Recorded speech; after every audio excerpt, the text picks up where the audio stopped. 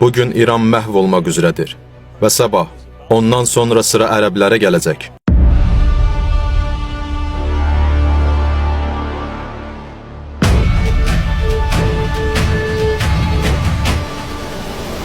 Ey Rəbb, onlara yer üzündə bir əlamət ver. Onlara göstər ki, bu rəhbərlər şərdir. Bu şər alimlərdən və ya dünya liderlərindən birini ifşa et və bunu ictimai bir qalmaqala çevir və ya onlardan birinin qəfil ölməsinə səbəb ol ki, bu insanlar inansınlar. Allah Teala buyurub, zalim bir qılıncdır.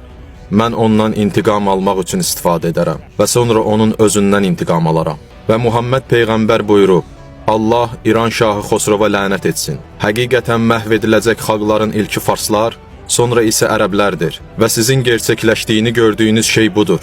Beləliklə, bugün mənə çatdırılması əmr olunanı çatdırdım. Allahım, sən şahidsən ki, mən təbliğ etdim. Allahım, sən şahidsən ki, mən gizlətmədim.